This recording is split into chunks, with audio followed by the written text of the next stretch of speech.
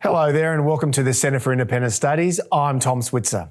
Well, the most intriguing aspect of the past 18 months is the good grace shown by younger generations of Australians in sacrificing their way of life to protect their elders.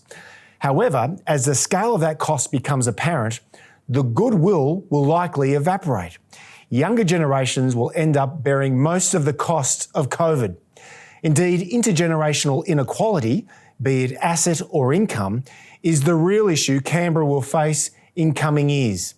And the issues are manifest: debt, housing affordability, living standards, climate change, and so on. Which is why CIS is advertising for a full-time head for a potential program addressing intergenerational inequality. For details, just go to cis.org.au. Meanwhile, let's turn to our panel.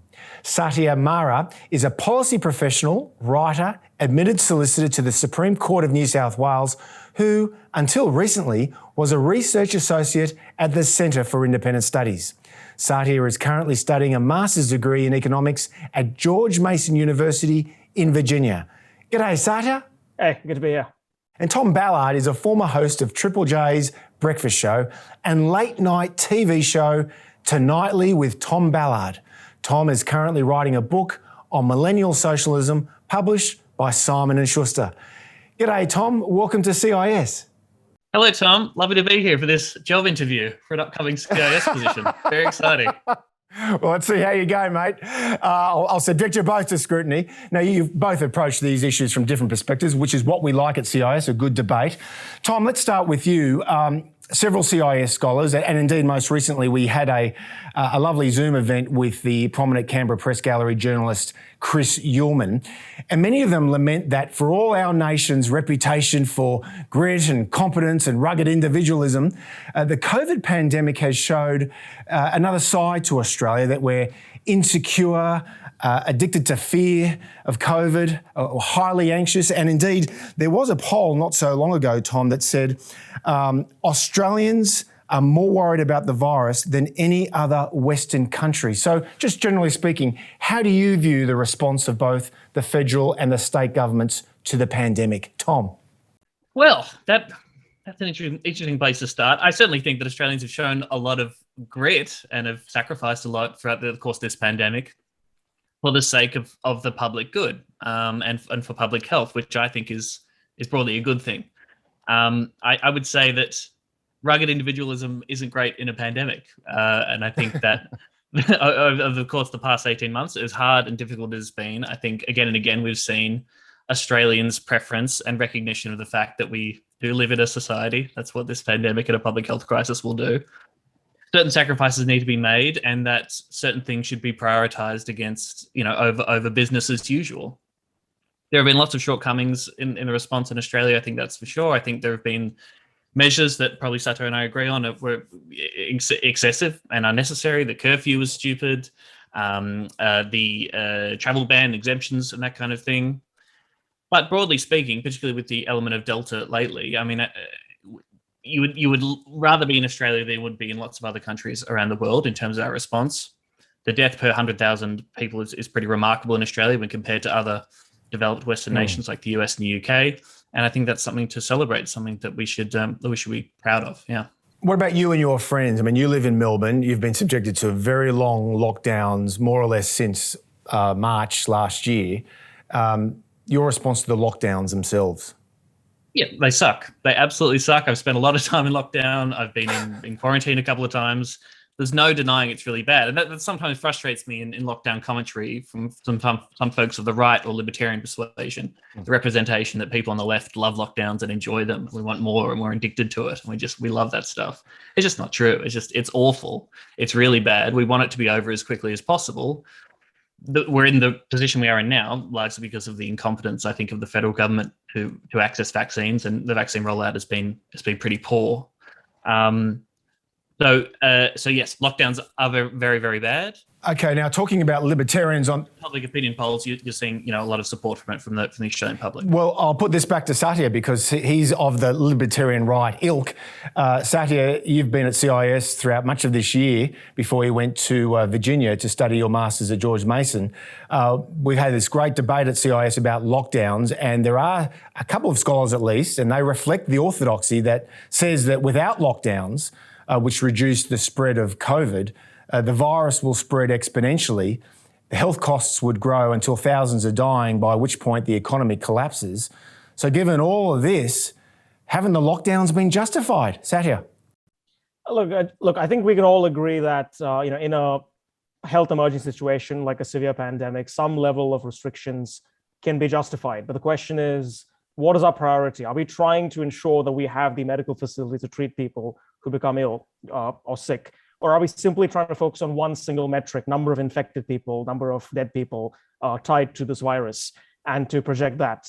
Now, one of the important things that has not been done yet is a calculation, actuarial models being run in terms of the number of people, what the actual death rate would have been without COVID-19, taking account of the fact that a large number of people who died from it are the very elderly.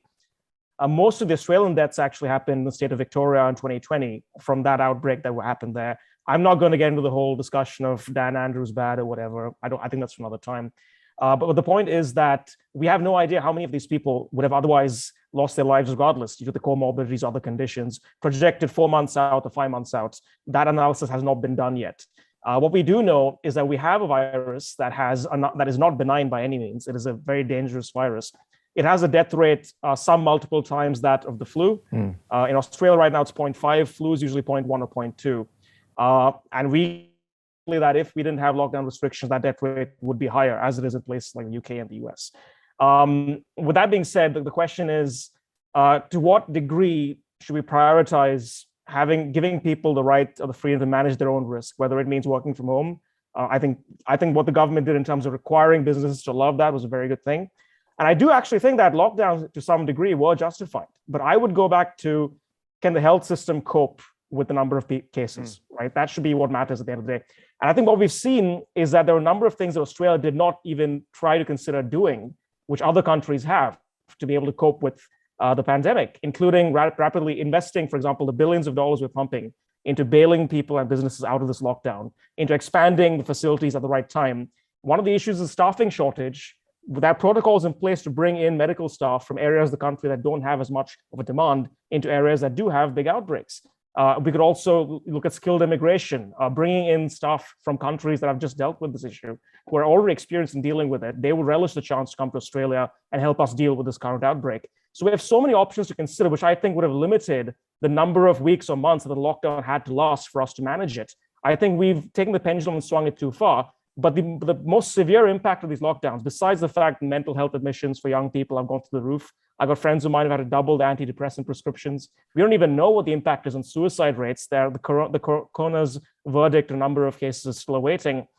Even leaving all that aside, the police state and the powers that they've been given, which have been rapidly expanding for years under both conservative and left-leaning governments, it's absolutely terrible, the precedents that have been set in stone. I'd hope we can all agree that tackling a woman who's just walking around with an Aussie flag to the ground to the point where I've heard, has broken her hip and had a concussion, pepper spraying her in the face when she's down. I mean, these are thugs in police uniform. I'm going to put it in very strong terms. It's not simply I was following orders. If you find yourself doing that, then you are a part of the problem. And the fact of the matter is, you might be compassionate in your heart in saying prolonged lockdowns are justified, but never support a law unless you're prepared for the state to use force to enforce it. Unfortunately, the net result is what we're seeing. Okay, now what about the unvaccinated? This is the big issue now, given that the rollout is proceeding apace. We've already had 80% first jabs in New South Wales, so the vaccine rollout is proceeding pretty dramatically. Tom, what's your response to the idea of banning the unvaccinated from all forms of social life, as they're doing in Italy? It is a vexing issue. It is difficult. I would have to read more. I will be honest to really get my head around this. And sort of the protests we saw recently in Victoria from the building construction union were pretty remarkable. They're pretty incredible scenes to see there. And from what I could gather from some of the calls to action coming from some of those protesters, vaccine requiring builders to have a vaccine is communism. It is, New World Order conspiracy level stuff. That stuff is very disturbing. I think nurses are required to be vaccinated for the flu, to work in hospitals. There are certain occupations in which requiring a vaccine mandate is perfectly reasonable. And again, goes back to a level of social solidarity and a recognition that being vaccinated protects yourself and protects other people. We live in a society, we're in a public health emergency, that kind of thing is perfectly reasonable. I'd be interested whether, the libertarian folks would view something like a private business requiring vaccinated people to come in. You're seeing that with a lot of concerts and gigs in other countries at the moment too, requiring all audience attendees to be fully vaccinated. Whether they draw that line as well, whether they respect an individual business's right to require that of their patrons. Satya, let me put that back to you. I mean, why should the vaccinated majority pay the price with restricted freedoms because of the few who are unvaccinated? Well, the question is, why should government punish the vaccinated majority because of the private personal medical decisions of the small minority who don't want to get vaccinated?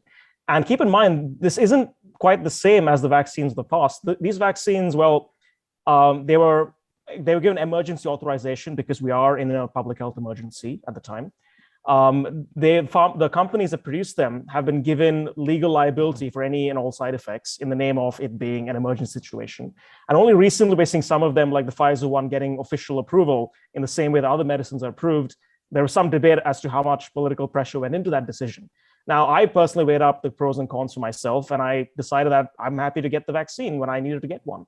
And I would encourage other people to do so as well, based on what I've read and what I've seen and the expert advice.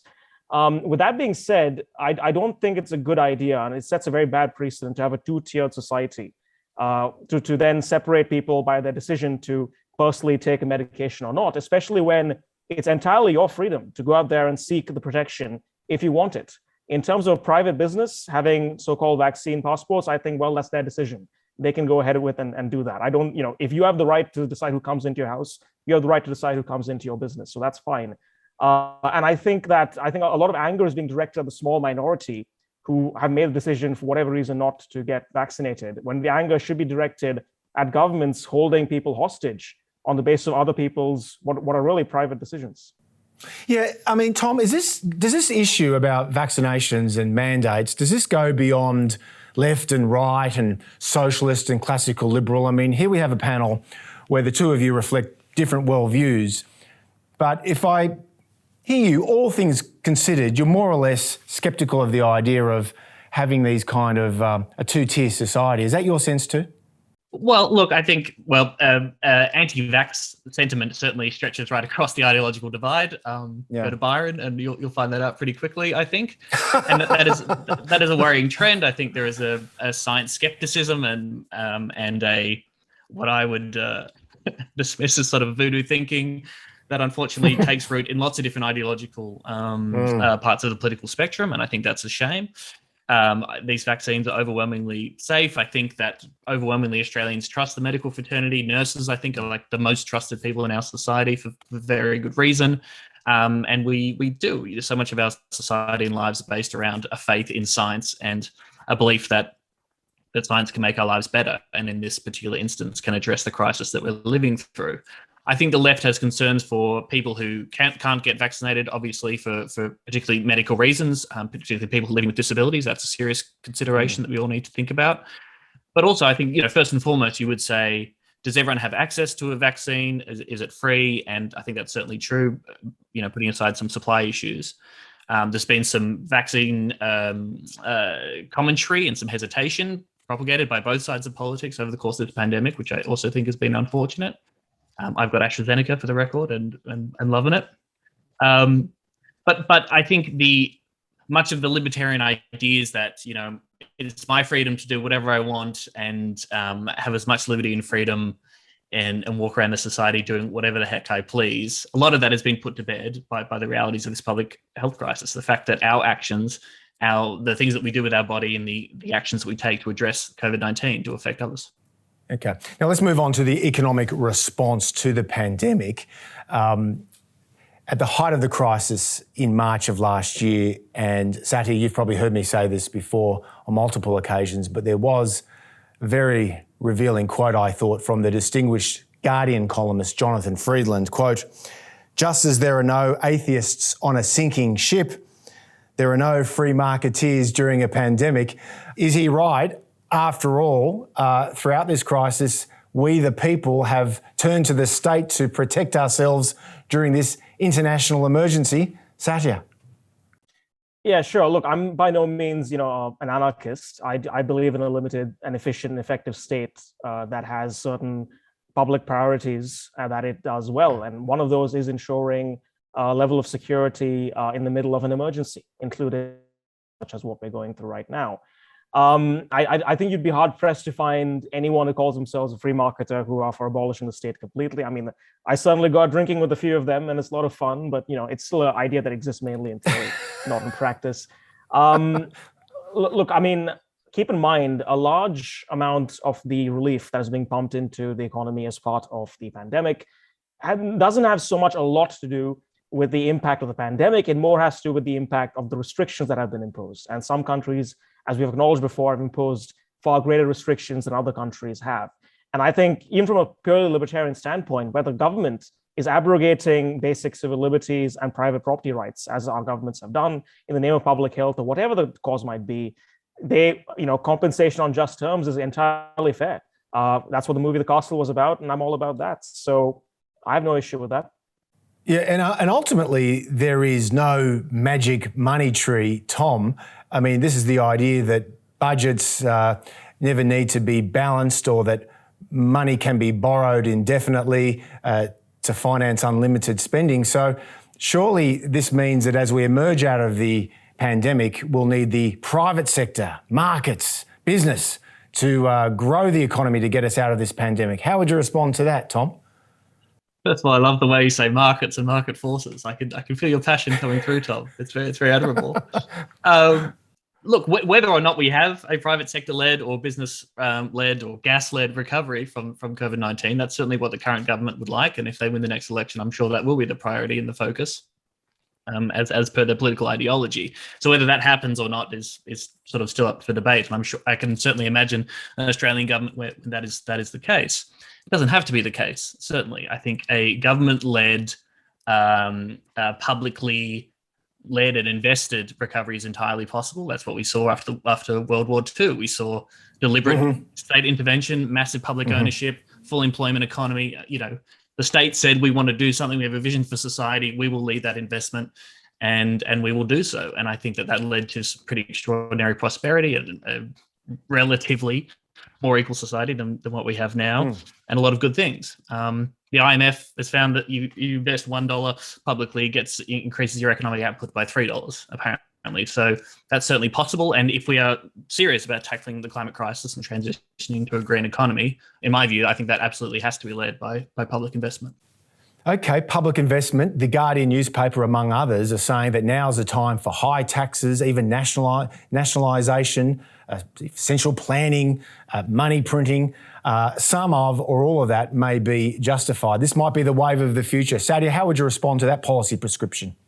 Look, I think there's a tendency to, whatever the flavor of the month is, whatever the issue of the month is, to use that to justify ideological propositions around, this defeats capitalism or this defeats socialism, when really there is a pretty big picture to this. You can't compare, for example, the World War II recovery to something like this because they're radically different things. In fact, one of the reasons why economies expanded rapidly and society got a lot better after World War II during the recovery phase was that there was a lot more trade between different countries as economies liberalized, opened up, and there was rapid expansion of all of that. So we need to take that into account as well.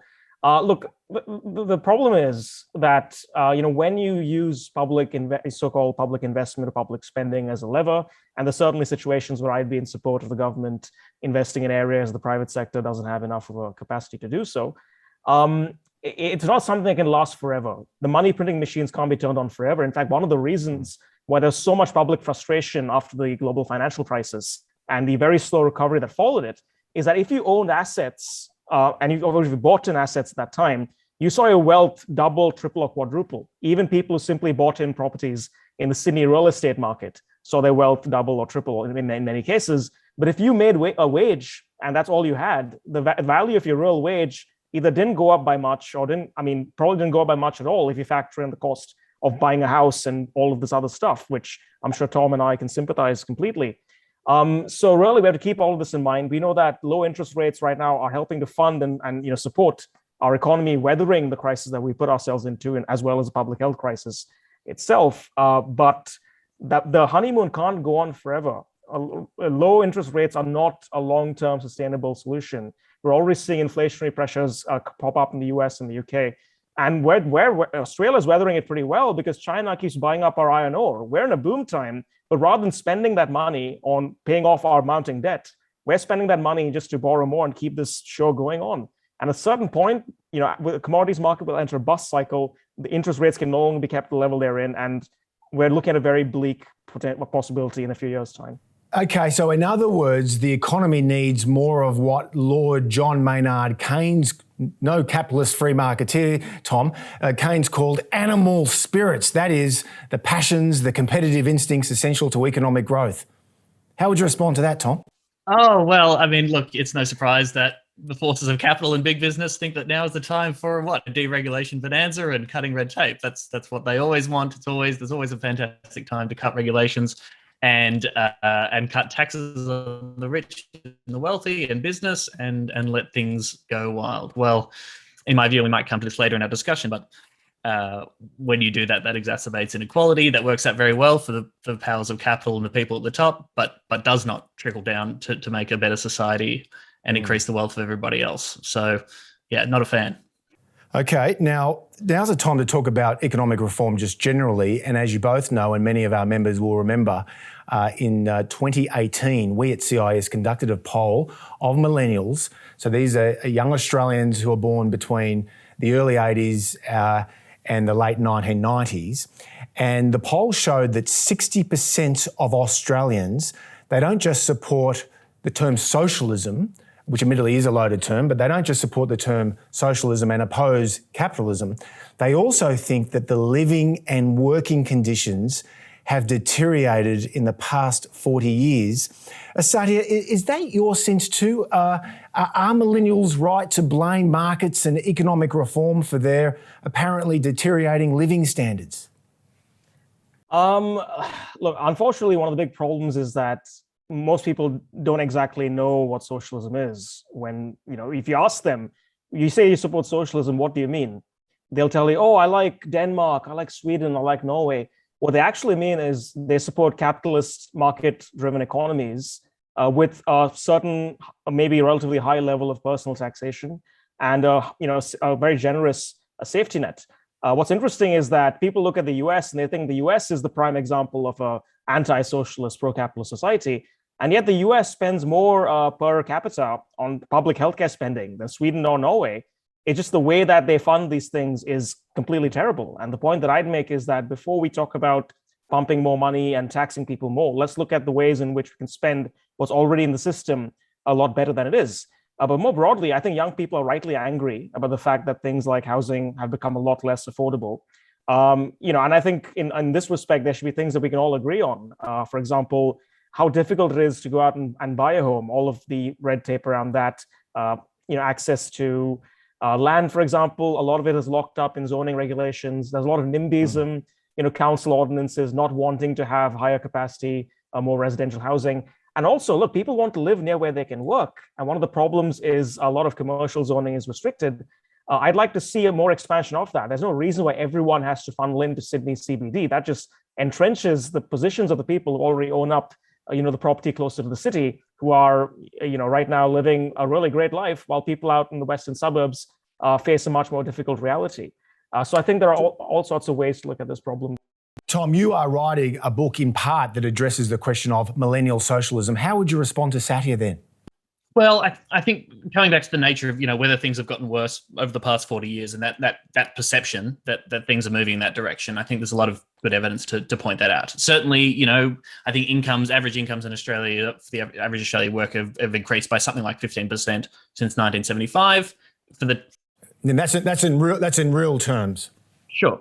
For the top, it's like 2/3, right? It's increased by 2/3. So isn't that a great success story though? Oh, it's fantastic. And the rich will keep getting richer and richer and richer, and everyone will be wonderful and happy.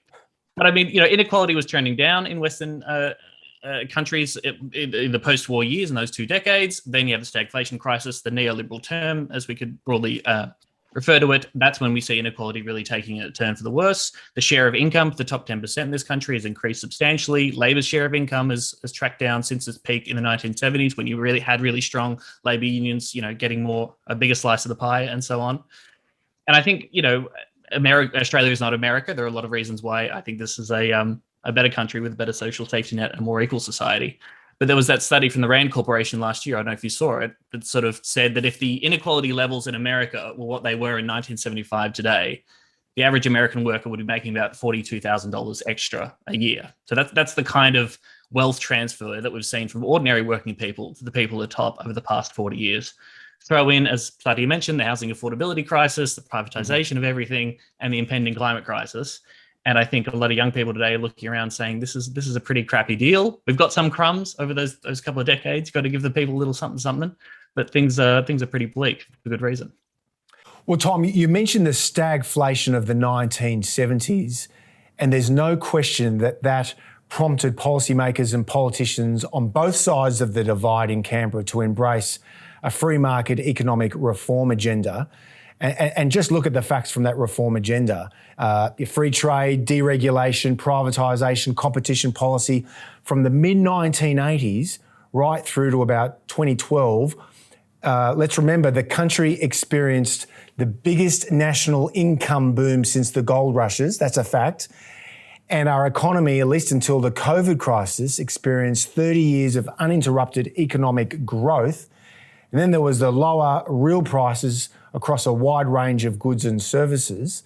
That's a pretty good success rate, but economic reform has stalled in Canberra for more than a decade, and the results speak for themselves. Low productivity, increasing intergenerational inequality. Now, here's a question from my colleague, Joanne Tran. She's a research assistant here at CIS, and she's an undergraduate university student. And she says, doesn't the low productivity growth and increasing intergenerational inequality of recent times warrant further reflection on what reform is needed for the revival of economic opportunity rather than obsessing about drastic income redistribution? Wouldn't obsessing about income redistribution only stymie the already toxic debate on achieving much needed economic reform? That's Joanne Tran from CIS. Tom Ballard. Oh gosh, a lot of terms in there that give me the chills. I'm sorry. But the point is, the system, we've got sluggish productivity growth. How do you kickstart the economy without a reform agenda?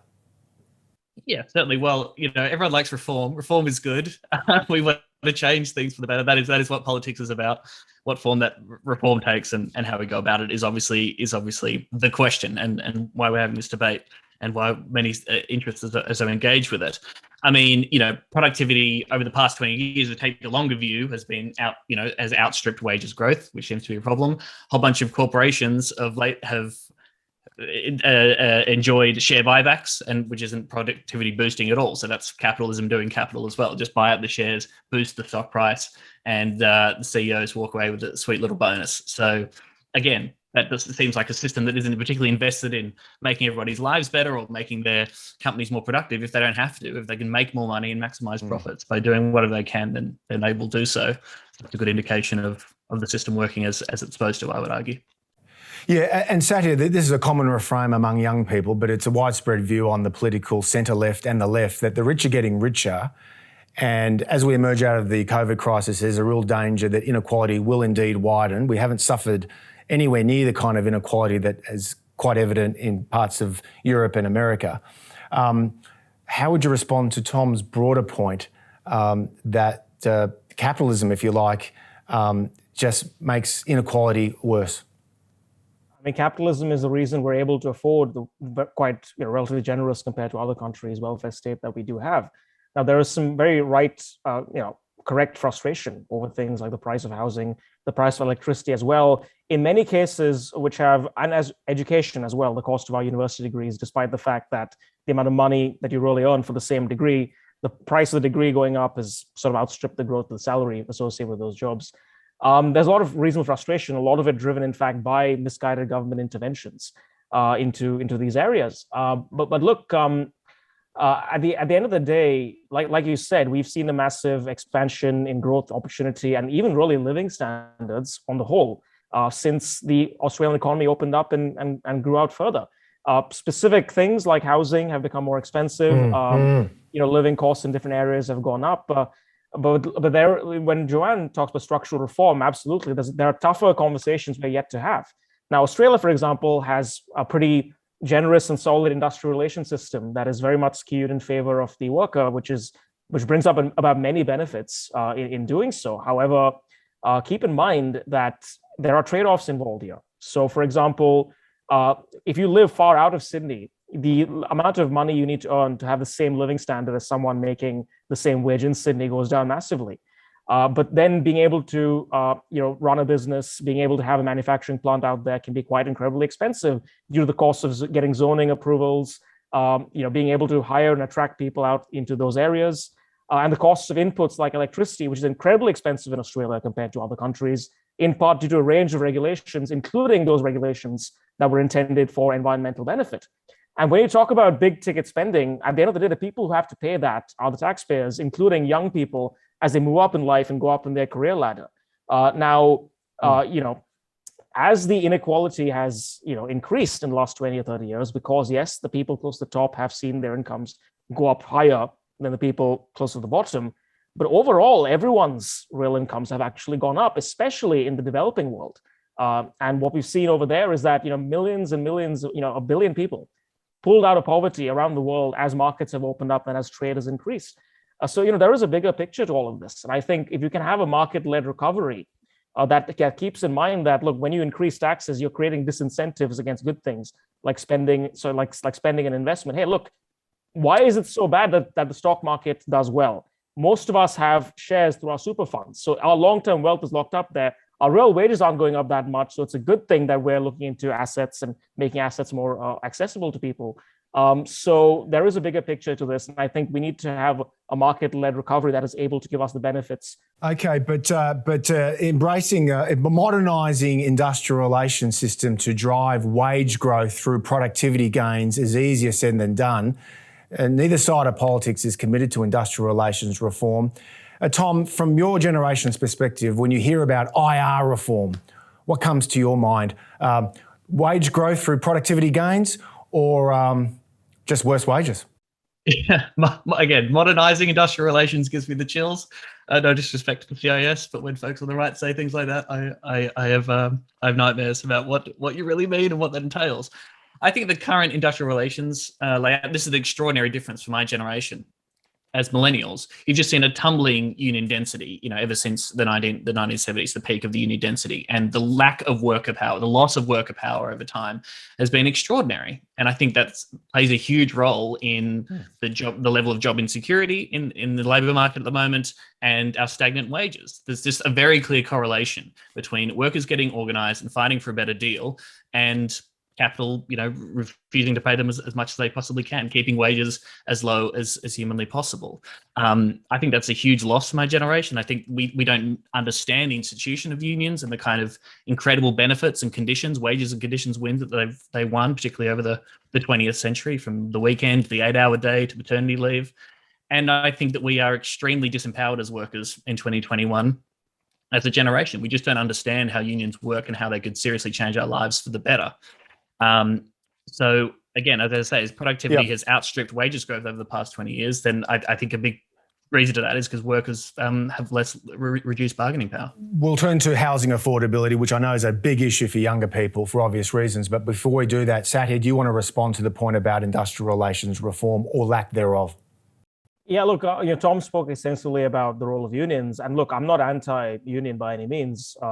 And I agree that historically speaking, unions played a crucial role in winning all those victories and achieving those conditions broadly across the world in terms of having safety regulations, an 8-hour day as standard, and so on. However, I would question, why is union membership trending down? If people saw the value in joining the union, if there is value indeed in it, the same way there was historically, then you would expect that people will join their union and expect to get a deal out of it. Clearly, people are not seeing the value there. I don't think that's simply a reflection of a lack of education and not knowing what a union does. I think there's plenty of information there about it. I went to public school. Almost every single one of my teachers were union members who strongly trumped the virtues of the union. In fact, if anything, I was given, the pendulum was on the other side of the fence on this, and that was a regular public school. I think that at the end of the day, a union has its own interests that don't necessarily align with every single one of its individual members. For example, when they negotiate a deal with a company, they're trading off certain positives for certain other benefits in other areas. Often unions will lobby the government, for example, to create more jobs in certain industries. We know in Queensland, for example, where the electricity networks are publicly owned, the union has lobbied successfully to have more positions created there. That has in turn made electricity, one of the many, many factors, by the way, including things, other issues, that has made electricity a little more expensive there, amongst other factors. That has also led to overall, when there's more supply of jobs than is necessary, then the wages made by each individual worker would be less than they otherwise would be. But then more members means more union membership, more dues going in. And I think when unions are able to deliver a better deal to the worker, then more people will be glad to sign up to their union and to be part of the story. And I support that.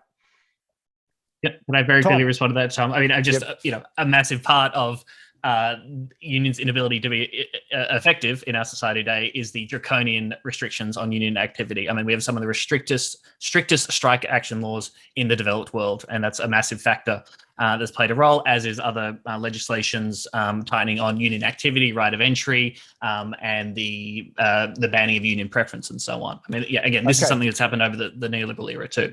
Industrial relations to be continued. Let's move on to housing affordability, big issue, and you don't need me to tell you both that the housing market in this country has boomed in recent years, including during COVID. Now, get a load of this. This is the NAB, National Australia Bank.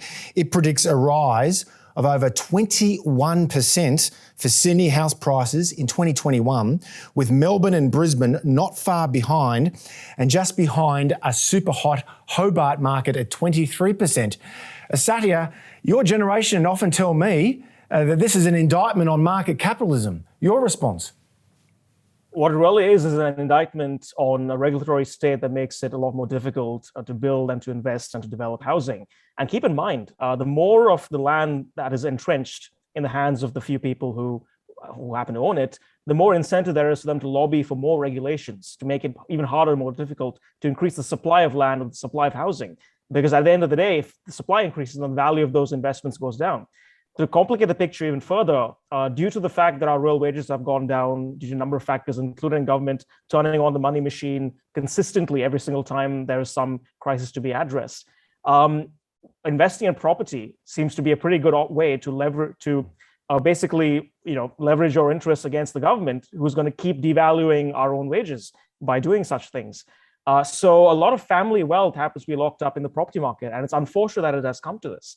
But there are things that we can do to make property more accessible and affordable. And look, I think Tom and I would hopefully agree on this, but I think there is a strong role for public housing, for publicly subsidized housing. I'd ideally like that through a universal basic income that people can spend on what they value, including housing.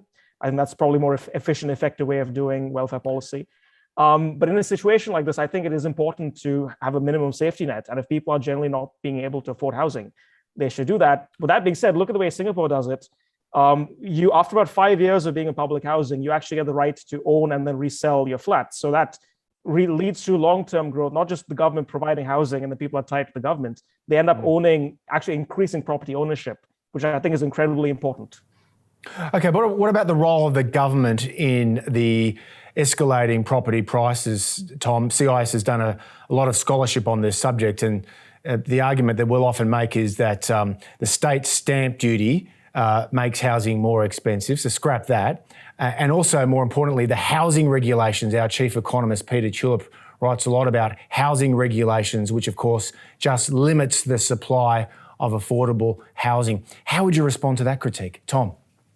Well, broadly speaking, bigger picture, and I'll come to those specific points in just a sec. But I think the bigger picture is our transformation of housing, which is a basic human need, for shelter. We've turned that into a money-making, profit-making exercise, and the financialization, the marketization of the housing market, which really has its roots in the deregulation of the banking sector in the 1980s. The Australian Housing and Urban Research Institute did a good report on this last year that sort of pointed the finger pretty clearly at that neoliberal term. Of course, I'd say that once again.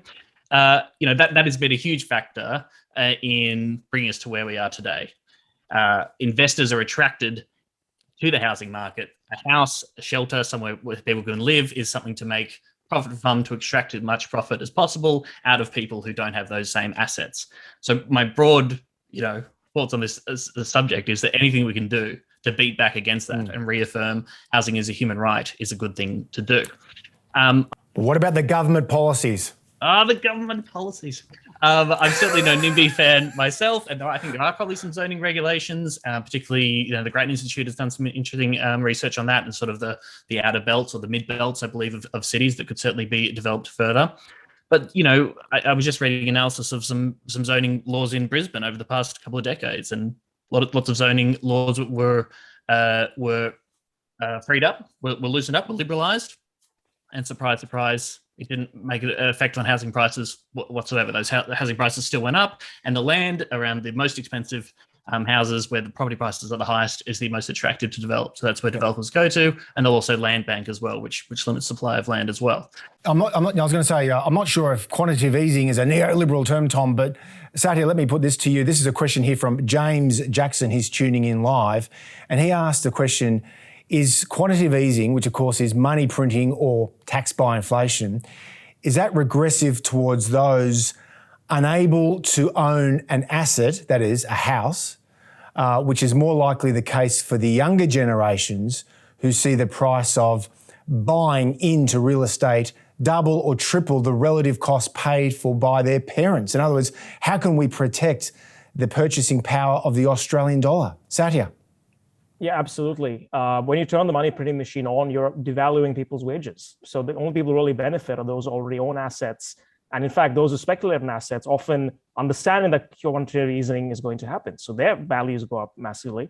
And the divide between the capital and wealth owners and those who haven't gotten in yet increases. And this rightly creates a range of public resentment. I would argue this is a big part of the resentment that led to eventually the Occupy Wall Street movement of the late 2010 and 2000s noughties, and then eventually the Trump phenomena and that sort of thing as well. The strong amount of resentment because people are being told, hey, the economy has recovered, things are going really great, but when their material conditions are going terribly, then that rightly creates this level of resentment. And I think that we need to be a lot more wiser about the long-term effects of things like quantitative easing. In the short term, yes, they might keep the charade going, they might keep growth numbers going up, but in the long term, we have to pay back the debt when we borrow money to fund it. We have to, and that's going to be paid for by young working people as time goes on, and it's going to widen those inequality divides. Now, every few years, the federal government publishes what's called the Treasury Intergenerational Report, and a few months ago, the latest report highlighted the growth and budgetary challenges that we'll face in coming decades. We've got a question here from Alexander Dolan, and he asks, unless we boost productivity and change how we fund aged care, because of the demographic pressures. So I'll repeat that, unless we boost productivity and change how we fund aged care, won't we subject the young people like you, Tom, won't we subject people like you to unsustainably high tax burdens into the future? Tom. It's an interesting question. I mean, not if the coalition government is in power. It's pretty remarkable that after the Labor government left power in 2013, after 3 years of budget disaster and budget emergency, coalition takes power and proceeds to, I believe, double the debt over time and cut taxes as well, slashing taxes left, right, and centre. Even though they warned these high debts would inevitably lead to higher taxes, so it seems like an odd position to take, and perhaps the political expediency wins out in the end, and that's how it works. Generally speaking, Australia is a low-taxed country. We're lower than the OECD average of the tax to GDP ratio, even with the increased taxing of late. And I think there's a very strong argument that, first of all, rich people and companies should be paying the tax they're required to pay now, and we could actually increase the level of tax to GDP to guarantee a better life and a better quality of life for all Australians across the board. Who pays those taxes is important, and I think that should come from people at the top, which is very much against the wishes of the current government, which seems to be slashing taxes as much as possible and helping out their rich mates, which is quite unfortunate. Okay, now let's turn to climate change, a big issue for your generation, those in their 20s and 30s especially. Now, according to the IPCC, this is the Intergovernmental Panel on Climate Change, within the next 2 decades, temperatures are likely to rise by more than 1.5 degrees Celsius above pre-industrial levels. Now, that breaches the ambition of the 2015 Paris Climate Agreement, and according to the IPCC, could bring widespread devastation and extreme weather. Satya, does this show that the campaign for net zero emissions by 2050 is more than justified? Look, the thing with any kind of innovation in technology, including as far as mitigating emissions, is that a single innovation that rapidly expands as it's developed has potential to radically cut down emissions quickly. So something like advancements that would allow for nuclear fission, that would make nuclear power a lot more viable than it already is, would be one of those innovations, as would a change in the way lithium batteries or other means of storing renewable energy to make them more affordable and more efficient and effective. So I think, is zero by 2050 possible? Absolutely. And it's going to be through technological innovation. And that involves large amounts of investment, which historically, what we've seen is that when that investment is led by the government, it almost inevitably leads to a far greater rate of losses and poor investments and picking bad apples and bad winners than when that is led by the private sector, for the simple reason that politicians and bureaucrats do not bear the cost of the consequence of their actions. The public does, the taxpayers do, you and I do. What's key over here is ensuring that we have a competitive environment for business, for innovators, where they can go in and invest the money that needs to be put in. And there is a role for government here to create investment incentives, research tax credits, for example, or even research funding in areas where there simply is no isn't enough private investment. For example, our university research centers, I think it's a good idea to fund those. We know that Silicon Valley is all about radical, disruptive market competition, but they've also benefited from being very close to Stanford University, Berkeley, and all these other massive tech, university hubs. So absolutely, I think it is possible, but the government needs to do the right thing to allow these innovations to prosper and happen. And in Australia, nuclear energy, for example, is completely banned. And it is insane. When Germany and Japan began moving away from nuclear power, their reliance on fossil fuels shot up. And it's incredibly important that we lift this moratorium. And I know that nuclear, for example, is a big part of how China, for example, intends to meet its climate change obligations by 2050. Okay, now following on from Satya, Tom, I know you're a strong advocate for net zero emissions as soon as possible, but ideally by 2050. But is a transition to 100% renewable energy realistic? Let me put this to you. More than 80% of global energy reserves today come from fossil fuels, so oil, gas, coal. Only 5% comes from renewable energy. So let me put to you that notwithstanding the construction of new wind turbines, solar farms, won't the world need fossil fuels for the foreseeable future? Well, whether or not the world will need them or not is largely a moot point. I mean, that IPCC report says that no new coal or gas plants can be built after 2030. That science is particularly clear on that factor. Lots of modeling shows that the transition to renewable energy and 100% green renewable energy is totally possible. There was a group called Climate Works that I thought that I believe that said that Australia could get there by 2035 on their modeling. Maybe they were being particularly ambitious. Right. I'm not sure. I'm not a scientist, but that is possible. The scientists and the science and the IPCC report are extremely clear on that fact. And I think as Satya is making the point too, is the speed at which technology innovation can pick up can actually, can really transform our perception of what is possible in a very short period of time. And I think that is possible. But the major point being that we have to make it work. We have to make it possible, and we have to make that transition and that adjustment and a reimagining of what our economy and our society looks like. Okay, but poorer nations account for 65% of carbon emissions. That number will skyrocket because clearly the priority of these leaders from the developing world, particularly China and India, is to grow their economy, reduce poverty, and the cheapest way of doing that for the foreseeable future is on the back of fossil fuels. Now, they say, and I'll say this at Glasgow later this year, Satya, that they won't decarbonise their economies until the rich world gives the poorer countries buckets and buckets loads of cash. The amount the UN Green Climate Fund requests is a whopping $129 billion a year. That's every year. But the money plainly does not exist, and nor is there an effective mechanism to make sure that it's binding and enforceable and verifiable. So how on earth do we decarbonise the global economy if the poorer nations are chugging along the smoky path to prosperity? Satya? I don't begrudge those poorer nations at all. They're making the right decisions by their people and in the interests of their development. They understand perfectly well that it is completely unviable for them to achieve the same targets as a wealthy nation without radically stymieing their development, given current technology levels and the current state of affairs at play. So what are we going to do? Are we going to have a transfer of wealth from the developed world to the developing world? Well, I think a record number of elections around the world has shown that when these costs end up being inevitably borne by the average person who has to pay their electricity bill, the result is that governments get voted out in a landslide. That's what happened in 2013 over the carbon tax issue, even though today we actually end up paying more for our electricity in real terms than we did back then. And I think we need to keep these things in mind.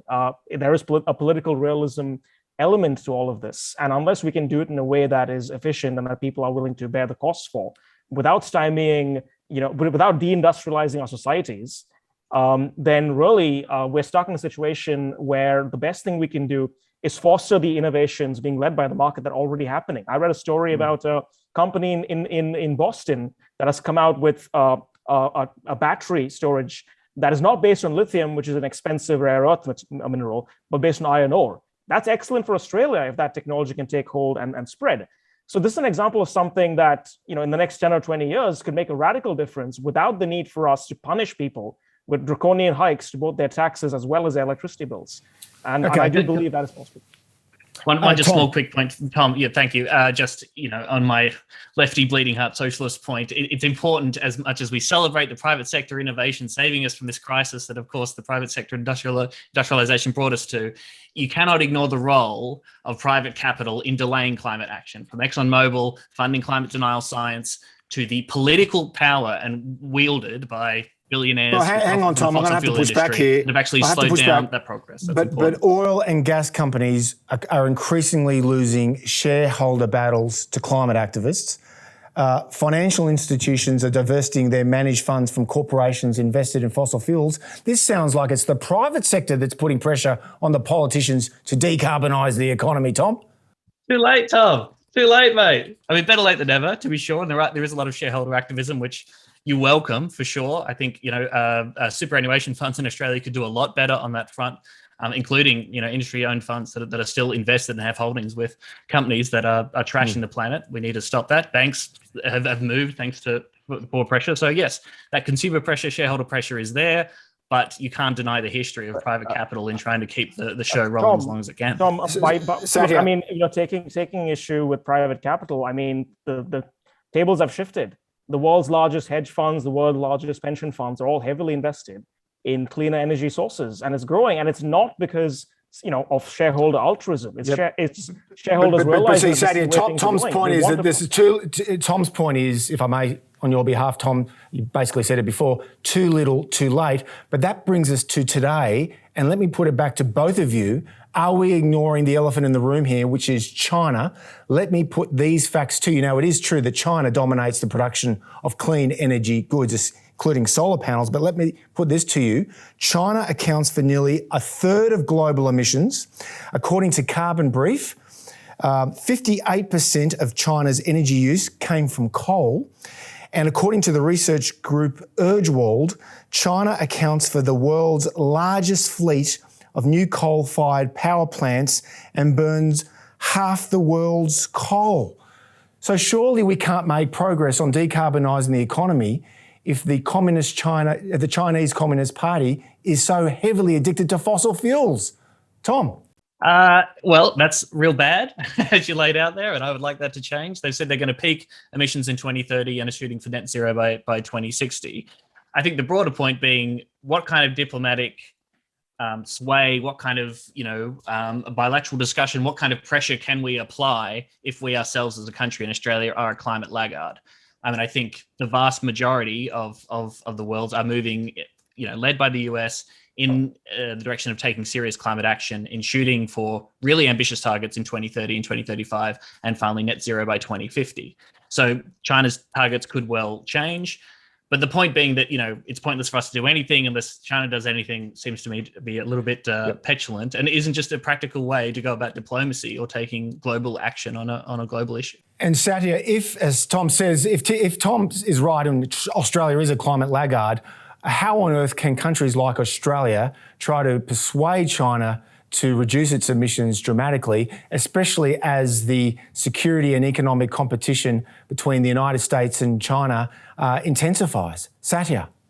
I mean, let's talk about practicality. Australia accounts for 1.3% of global emissions. If we were wiped off the earth tomorrow and other countries did nothing in response to that, then it would make no appreciable difference whatsoever to climate change. Now, that doesn't mean we shouldn't do anything. What that means is us doing something, for that to have an effect, is contingent on others agreeing or guaranteeing that they too will respond in kind by following our lead and doing so. And unless we can do that, it actually isn't worth us doing anything, simply because it won't have an effect. Now, the deal with China is they're prepared to use any and every single tactic in their playbook as part of a geopolitical tool. They will ban entire companies from their country just to be spiteful and vindictive, because they think in long run they'll gain geopolitical leverage. They've had international bodies and the European courts drop cases against them by simply saying, "Hey, look, if you guys don't pursue us for blatantly violating global trade rules, then we're going to give your companies a chance to enter our lucrative market." Now, the only way we can reverse that and say no to the bullying is if an international alliance of countries, including Australia, the USA, the European countries, Asian countries that have an issue with China, agree to prosecute them and enforce these rules. So, for example, they're not undercutting other countries overseas when they radically subsidize fossil fuel energy, so their own manufacturing industry can be artificially a lot more competitive. There's a lot that we can do, but all countries need to get on board and get on the same table. Now, gentlemen, we are fast running out of time, but before we go, let's get your final thoughts on how you wish our political leaders, our policymakers in Australia, give us your wish list or summarise succinctly how you want them to address intergenerational inequality. First to you, Tom. Well, look, I'm not holding my breath to see a recognition of this coming from the political class. We live in something of a boomerocracy, and the boomer generation do own a large amounts of the assets. The current party that's in power isn't particularly interested in the views of young people and representing them or their preferences. It's just not happened. Some people like Tim Wilson, I suppose, as a liberal backbencher, is trying to make a point about this and trying to make a conservative appeal to millennials, which will be interesting to see how much he succeeds. Generally speaking, I think that we've surrendered far too much of our life and our society to market forces and to the powers of capital. And I love democracy, as I'm sure everyone on this call appreciates democracy, and I appreciate a meaningful democracy.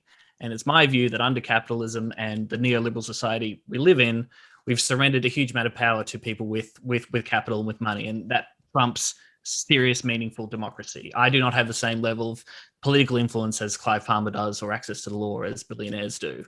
Anything we can do to change that would be great. And we should tax billionaires to guarantee a better life for everybody, my generation and the generations yet to come. Thank you, Tom. And Satya, your final thoughts on what you think political leaders and policymakers should do to address intergenerational inequality. Well, the sad thing about the interest of capital is that as it becomes more entrenched and as the market share or the dominance of certain players in certain industries and markets goes up, they have an incentive to lobby the government and to make it harder for everyone else to even get a foot in the door. We see this with the way that property developers, for example, have lobbied hard. And there's a lot of agreement between libertarians and socialists in the role that lobbying plays in this context. I'm of the view that we need to see a government that is willing to seriously look at how we can reform the way universities work, for example, to make degrees more affordable. Perhaps looking at the way that the ranking system around universities are structured, which incentivizes a lot of money going to unproductive things like attracting eccentric teachers who get their publishing credits in international journals rather than those who are the best teachers or those degrees that will make the most employable students. I would look at the housing market and say that, just to give you a bit of pushback on the Brisbane example, look, rezoning may not have a sudden impact on making housing more affordable because it takes time to build up the areas that have been newly rezoned, and people still ideally would like to live closer to the city. It's a longer term thing, and going alongside that is making it easier for them to find jobs in areas that are on the outside of cities. So I would like to see more liberalization in that area. One of the areas that I would like to see a change that I think you might agree with me on, Tom, is there's a tendency amongst governments, even a lot of conservative state governments, to artificially inflate the value of public assets, such as, for example, the toll roads, and then to shut down roads around it so people are forced to use the toll road. They do this so the value of the asset goes up, and when they sell it, when they privatize it, and that is convert a public monopoly into private monopoly, they'll make a lot of money that they can then spend on spending programs. I don't think that's a good way of doing things because you're really forcing road users to pay that money. So I think there's a lot that we can agree on, and I agree, broadly with the point that pure ideology is not going to win this. We need to find practical solutions that are both economically and politically viable. Well, to be continued, and despite the differences, one thing is clear. That is, if our political leaders don't respond satisfactorily to intergenerational inequality, we risk entrenching privilege, lowering social mobility, and harming the welfare of future generations. We've just heard two sound views reflecting different philosophies. Tom, Satya, thanks so much for being with us at CIS. Thanks, Tom. Thanks, Satya. Thanks.